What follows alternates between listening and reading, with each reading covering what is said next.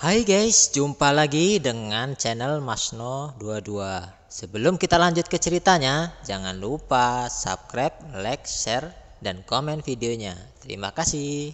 Telur besar itu tiba-tiba memancarkan sinar, dan rune di atasnya mulai berkedip, dan hembusan nafas melanda. Ayo, pukul Chen Ping dengan keras. Ada gelombang besar di seluruh lingkuan, Chen Ping hanya merasakan tubuhnya menjadi ringan, dan dia terjatuh, dan ada darah yang meluap dari sudut mulutnya. Tubuh pria parubaya itu berkedip-kedip, dan dia hampir musnah.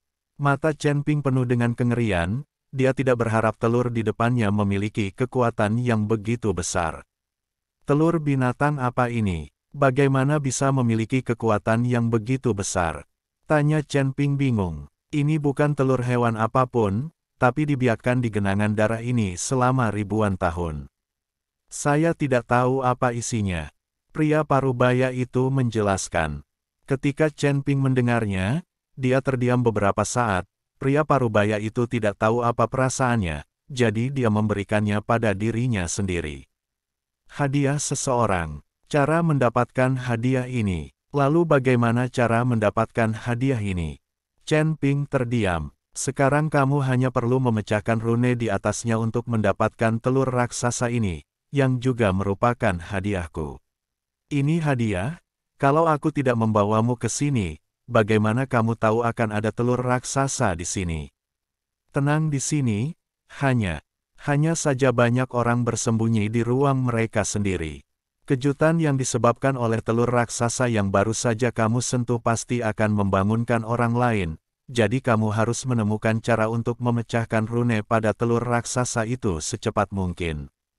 Pria parubaya itu berkata kepada Chen Ping. Chen Ping memandangi telur raksasa di depannya, dan langsung mengorbankan pedang pembunuh naga, berniat untuk menghancurkan rune secara paksa. Pedang pembunuh naga bersinar, dan kemudian sebuah pedang menembusnya. Boom, kali ini, Chen Ping sudah siap, tapi rune pada telur raksasa itu masih menyala, menyebabkan Chen Ping terbang terbalik lagi.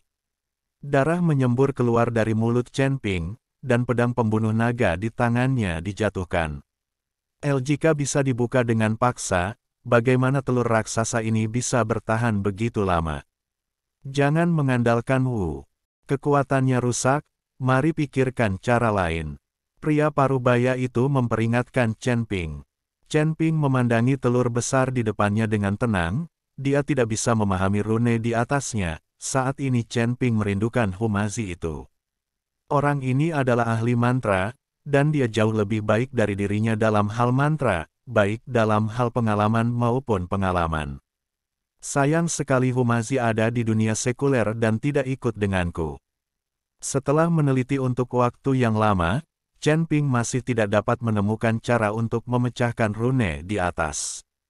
Itu tidak benar. Jika ini adalah hal yang dikandung oleh langit dan bumi, bagaimana mungkin menggambarkan rune di atasnya? Ini menunjukkan bahwa, ternyata buatan manusia. Chen Ping tiba-tiba memikirkan sesuatu.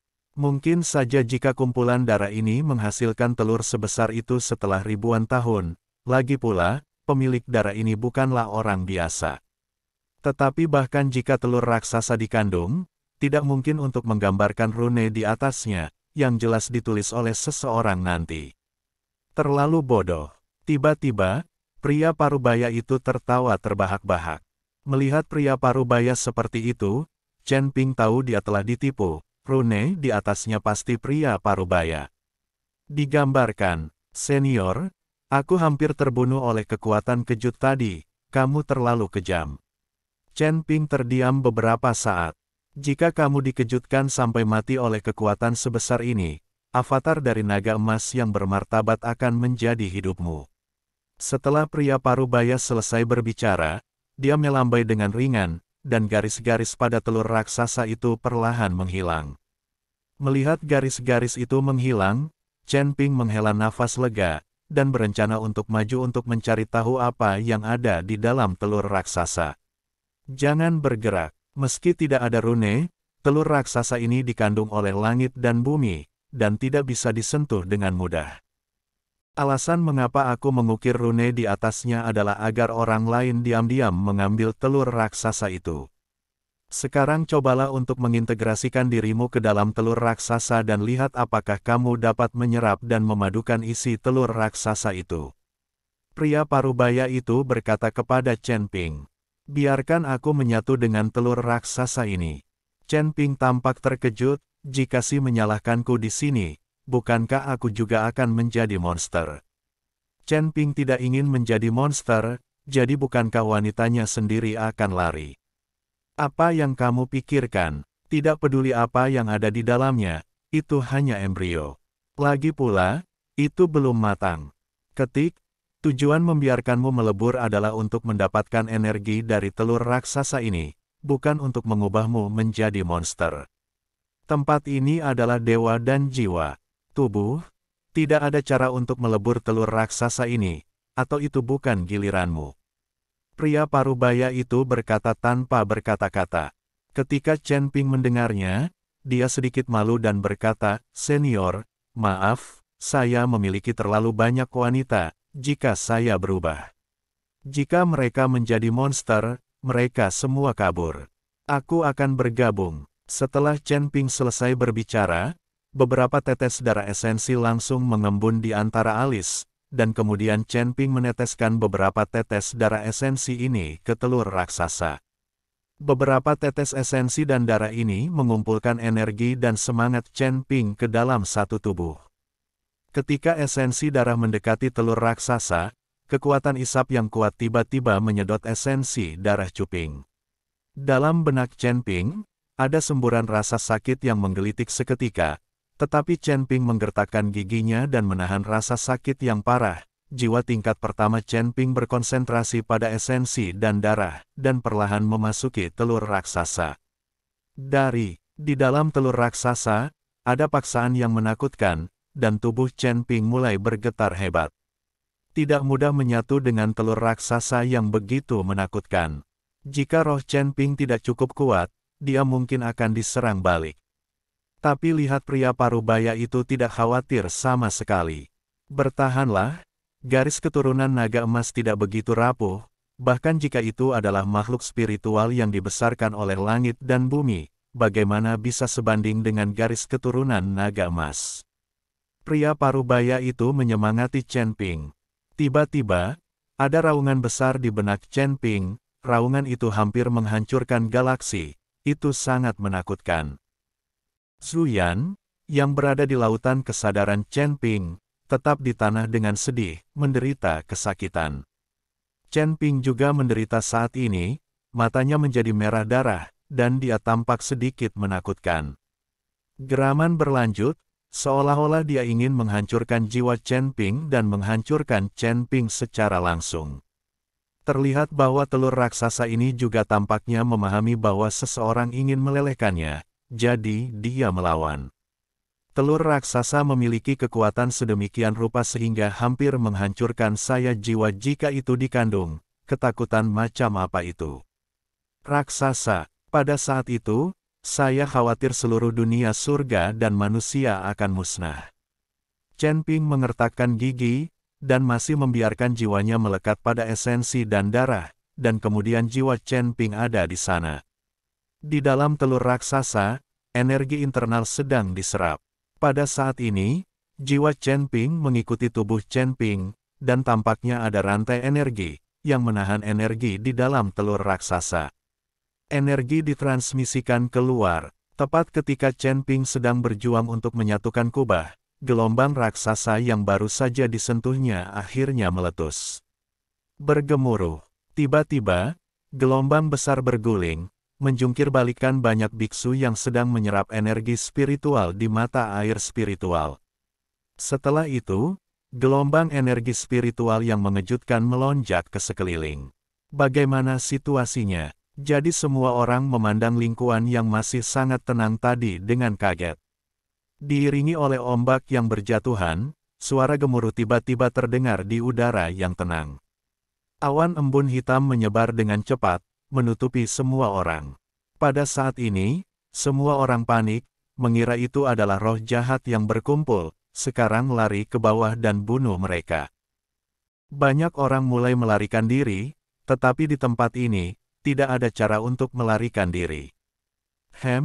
Itu hanyalah roh jahat, jadi kamu harus menakutinya seperti ini. Ye Fengqing mendengus dingin, dengan jijik di wajahnya. Bahkan jika roh-roh jahat ini mengikuti, jadi apa?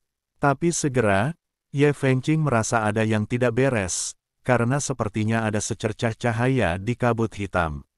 Kekuatan roh jahat terlalu rendah, tidak mungkin menyakiti mereka. Segera setelah itu, saya melihat seekor binatang buas dengan bentuk yang aneh, dengan cahaya menyilaukan yang memancar dari atas kepalanya. Ini bukan roh jahat, ini bukan. Melihat ini, Zhou Tai berteriak keras. Mo San Guilao dan yang lainnya membuka mata lebar-lebar saat melihat binatang aneh ini, dan mereka tampak sangat terkejut. Monster macam apa ini? Kelihatannya terlalu menakutkan, kata Ji Yun dengan ekspresi panik. Saya melihat cahaya di kepala monster itu, mulut panjang seperti paruh elang, sepasang sayap mengepak terus-menerus, menciptakan gelombang angin topan, dan identitasnya ditutupi dengan bulu perak.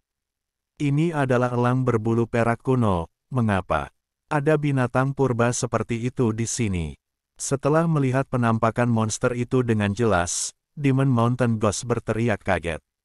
Dia telah melihat pengenalan jenis binatang buas ini dari catatan buku-buku kuno. Binatang jenis ini sangat ganas, dan lahir. Tinggal di puncak Gunung Lingshan, saya tidak akan pernah pergi ke tempat lain. Tetapi banyak biksu telah menangkap elang berbulu perak ini, dan kemudian menjinakkannya sebagai hewan peliharaan dan gunung.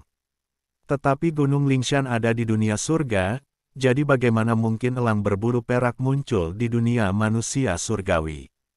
Bagaimana dengan itu? Biasanya ketika elang berbulu perak muncul, pasti ada pemilik elang berbulu perak di sekitar. Saat hantu Gunung Iblis sedang merenung, elang berbulu perak telah melancarkan serangan terhadap Ye Fengqing, Zhou Tai dan yang lainnya. Memukul, sial, begitu banyak orang, mengapa mereka menyerang kita? Zhou Tai mengutuk dengan marah dan mulai melarikan diri dengan putus asa. Ye Fengqing juga terlihat sedikit gugup, tapi dia tidak lari. Untuk sepersekian detik, dia mengelak. Menemukan bahwa Ye Fengqing menghindari serangannya sendiri, Yin Yufei hanya meliriknya, lalu berbalik ke arah Zhou Tai dan Zhou Juan mulai melarikan diri dengan putus asa. Yin Yutang mengeluarkan teriakan aneh, dan para biksu terus berteriak dan jatuh, dan tidak ada yang tersisa yang dimakan oleh elang bulu perak. Cepat, hentikan, hentikan. Melihat hal ini, Zhou Tai buru-buru memerintahkan para pelayan keluarga Zhou untuk menghentikan elang bulu perak. Tapi dalam situasi ini, siapa peduli, para pelayan keluarga Zhou itu juga gemetar ketakutan. Tuan Ye Tuo, selamatkan aku, selamatkan aku. Zhou Tai hanya bisa mengikuti Ye Xiu untuk meminta bantuan, tapi Ye Xiu King sepertinya tidak mendengarnya. Tidak mungkin dia mengambil risiko untuk Zhou Tai. Pada saat ini, Zhou Tai tercengang, dia berpikir bahwa dia akan menjadi anjing yang berlari di belakang Ye Fengqing, dan Ye Fengqing akan dapat melakukannya. Tolong dia, sekarang sepertinya dia terlalu banyak berpikir. Melihat bahwa dia tidak bisa melarikan diri, Zhou Tai hanya bisa berhenti dan memelototi elang berbulu perak, wajahnya tertutup es. Dingin, bajingan, kenapa kamu mengejarku sendirian? Jujur saja, apakah kamu menggertakku? Hari ini aku akan bertarung denganmu. Aura Zhou Tai dari puncak kondisi kebugaran fisik mulai meletus. Dengan ledakan aura Zhou Tai, jejak darah di tubuhnya dipaksa keluar dari tubuhnya, lalu di depannya. Bagian depan terkondensasi menjadi manik darah. Tubuh Zhou Tai mulai mengerut dengan cepat, seolah-olah darah di tubuhnya telah benar-benar dikosongkan, dan ada kabut darah di sekelilingnya, terus mengembun menjadi butiran darah. Apa yang akan dilakukan Zhou Tai kali ini? Melihat ini, mata Ji Yun penuh dengan ketidakpercayaan. Dia menyelamatkan nyawanya. Mo San Guilao tersenyum ringan. Lalu dia melihat butiran darah yang tak terhitung jumlahnya terkondensasi menjadi bentuk manusia, yang terlihat sangat mirip dengan Zhou Tai. Dan aura di tubuhnya persis sama. Dan tubuh Zhou Tai, seperti balon yang layu, tiba-tiba jatuh ke tanah.